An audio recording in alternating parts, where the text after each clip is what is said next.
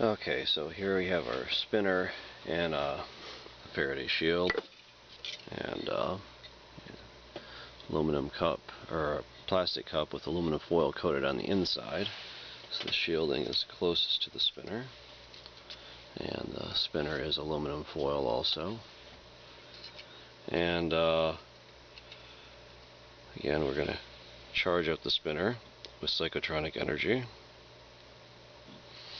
And I've been charging it actually through the cup as well. And let's see, make sure we got it so it's not touching the sides. Get it balanced. Right. Okay. So I was doing some experiments in a glass cup to shield from wind outside, and here, let's recenter the camera.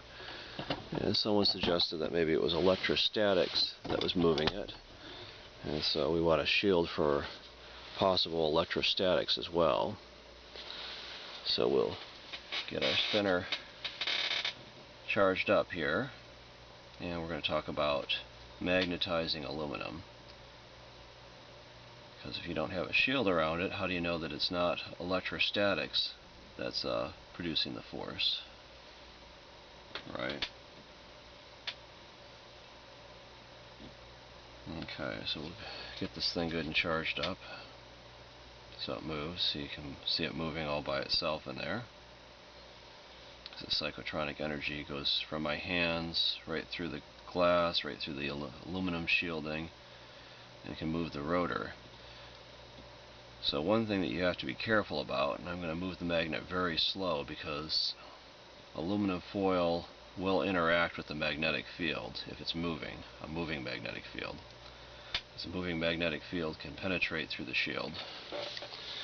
But what I'm looking for is a static force.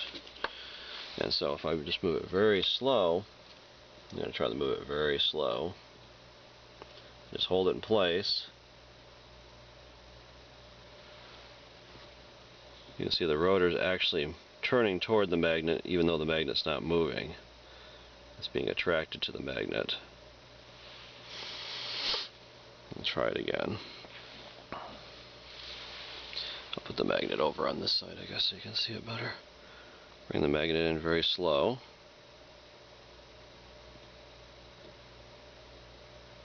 Let me do it again. I'll put it very, very slow. I'm going to bring it very, very slow.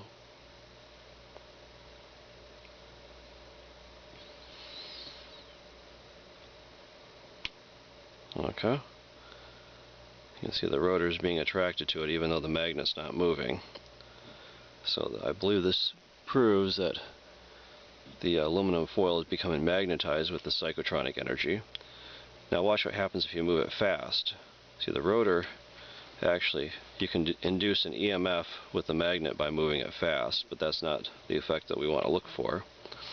That's kind of why I wanted to try paper under the shielding, but the paper is much harder to turn under the shielding. Okay, so I'm not moving the magnet, and the rotor seems to align toward the magnet. Here, I'll bring it back away, and I'm going to move it in very slowly. Very slowly.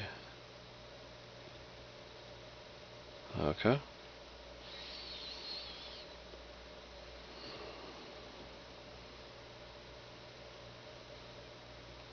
May have charged down some. Oh, see, it's still turning toward the magnet even though the magnet's not moving. Okay. So we'll try charging it up a little bit more.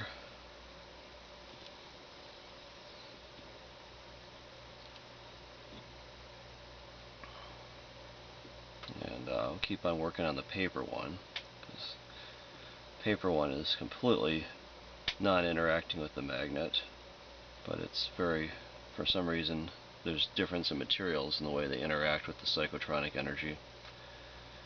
And the paper one is much much harder to turn through the shielding, much harder to charge up. Maybe the paper one doesn't hold a charge as well.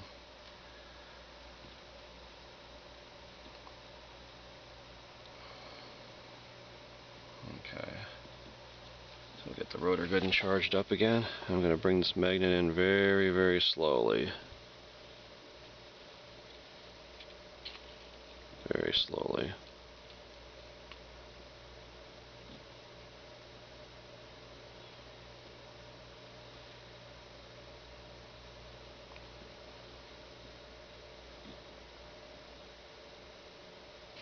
Oops, it's not touching the sides, is it? Okay.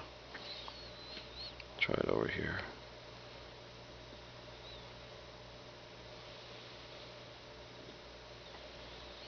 Let's turn the camera so we can see a little bit better over there.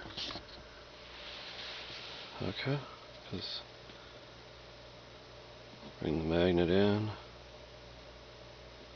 See, the magnet's not moving, but the rotor is moving right now.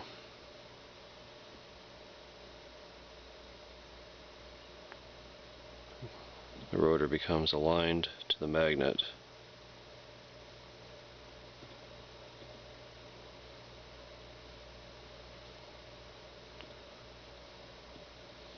And I believe that's due to the psychotronic energy charging up the aluminum and causing it to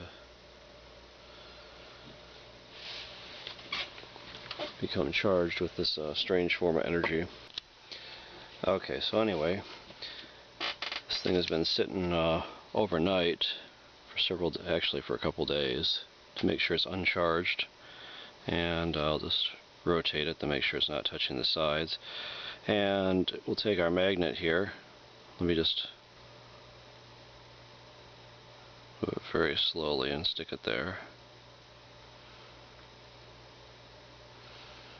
Okay, you can see that the magnet is right on the side, and it's not rotating toward it now, so I think the charge kind of wears off after a while.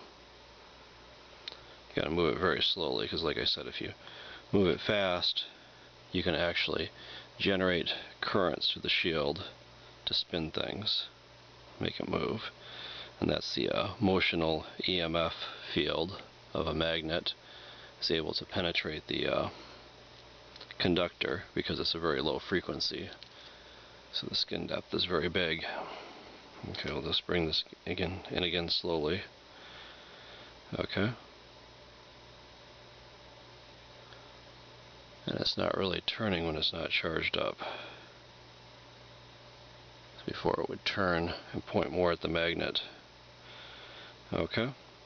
There, I pulled it away quickly so it spun a little bit. But anyway, the null test show that when there's no psychotronic charge on the rotor, it is not magnetic anymore. Okay, anyway, this is Dr. Jaynes, and thanks for watching.